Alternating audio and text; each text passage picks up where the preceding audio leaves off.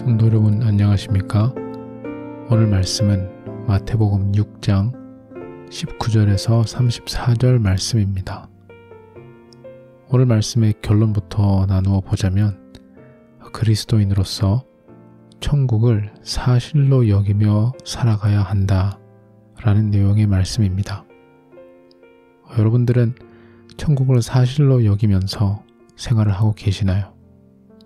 성경에서 나오는 죽고 나서 가게 된다는 천국은 여러분들에게 얼마나 일상생활 속에서 실질적으로 영향을 미치고 있나요? 완벽한 방법은 아니지만 이러한 질문들이 나 자신이 신앙적으로 얼마나 성장했는지, 그리고 얼마나 예수님께서 원하시는 형상으로 변해가고 있는지 확인해 볼 수 있는 좋은 방법 중 하나입니다. 여러분들은 얼마나 천국에 투자를 하고 있습니까? 우리의 시간 활용을 돌아보면 알 수 있습니다. 여러분들은 이 땅에서 좋은 생활을 하기 위해, 행복한 생활을 하기 위해 얼마만큼의 시간을 투자하시나요? 그리고 반면에 여러분들은 천국에서 상금을 얻기 위해 얼마만큼 시간을 투자하시나요? 내가 어떠한 것에 관심을 가지고 신경을 쓰고 생각을 하는지로도 알아볼 수 있습니다. 우리의 하루 중에 생각의 비중을 볼 때 이 땅에서 좋은 것을 취하고 달성하기 위해서 정신적 에너지를 투자하는 것과 천국에서 상급을 받기 위해 정신적 에너지를 얼마나 사용하고 있습니까? 하루 중에 생각하고 고민하고 신경 쓰는 내용이 하나님 나라와 천국에 관해서가 맞나요? 아니면 세상 것들에 관해서가 맞나요? 대부분의 사람들은, 심지어 대부분의 그리스도인들은 이 땅의 것에 대부분의 시간과 생각과 정성을 들입니다. 그 이유야 여러분들도 잘 아시겠지만 우리에게 천국은 1번 아직 먼 날 이야기처럼 느껴질 수가 있고, 2번 너무 추상적이거나 실감이 잘 안 날 때가 많습니다. 그와 반대로 이 땅에서 누리는 것들은 너무나 진짜로 느껴지고 있습니다.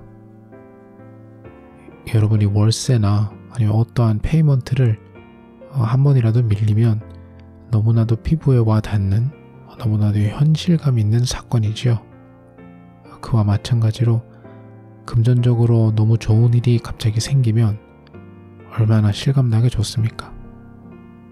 갑자기 예상하지 못했던 큰 돈이 생기면 그걸로 원했던 여행도 가고 원했던 물건도 살 수 있고, 그 돈으로 누릴 수 있는 좋은 것들은 너무나도 강력하게 실감나는 현실입니다.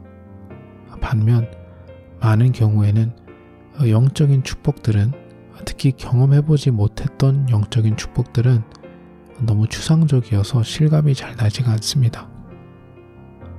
오늘 말씀에서는 하나님 나라에 관한 것들이 우리의 삶의 핵심이 되어야 한다고 말씀하고 있습니다. 19절 말씀에서는 이 땅의 보물들을 쌓아두지 말라고 말하고 있습니다.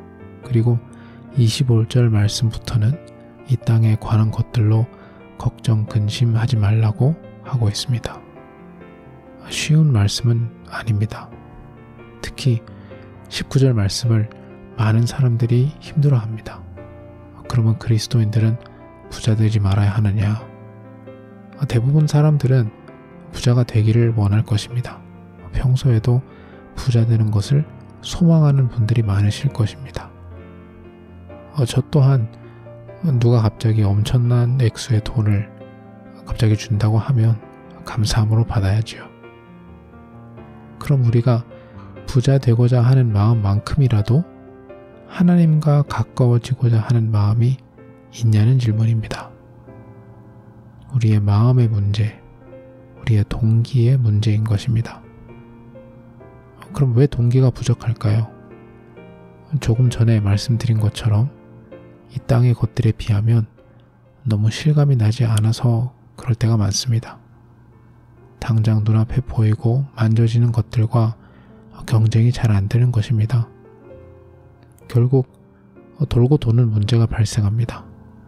천국이 별로 실감이 나지 않다 보니 그만큼 관심을 가지게 되지 않고 결국 행동으로 옮길 동기부여가 별로 없는 것입니다. 또 동기가 없다 보니 믿음을 기반으로 한 행함으로 옮겨지지 않는 것이지요. 그리고 그러한 행함이 없으면 하나님의 역사하심을 경험해보지 못하는 것입니다. 그러면 당연히 천국이 실감이 나지 않겠죠. 그럼 천국에 대한 실감이 없다 보니 관심도 없고 또 행함도 없고 이렇게 돌고 도는 것입니다. 이러한 악순환에 두 가지 부작용이 있습니다. 하나는 이 세상의 것들에 너무 집중하게 됩니다. 그리고 둘째는 걱정하게 됩니다. 결국에 천국에 갈 것을 생각을 하면 이 땅에서의 문제들에 걱정을 덜 하겠죠. 지금 이 땅에 여러 가지 현실적으로 느껴지는 문제들에 대해서 걱정하고 근심하게 될 것입니다. 그럼 결국 죽으면 크게 의미 없는 것들을 가지고 한평생 걱정하고 고민하게 되는 것입니다. 오늘 말씀에서 이 땅에 보물을 쌓지 말라는 말씀과 이 땅의 것들로 염려하지 말라는 말씀의 핵심은 관심을 영원한 것에 돌리라는 말씀입니다.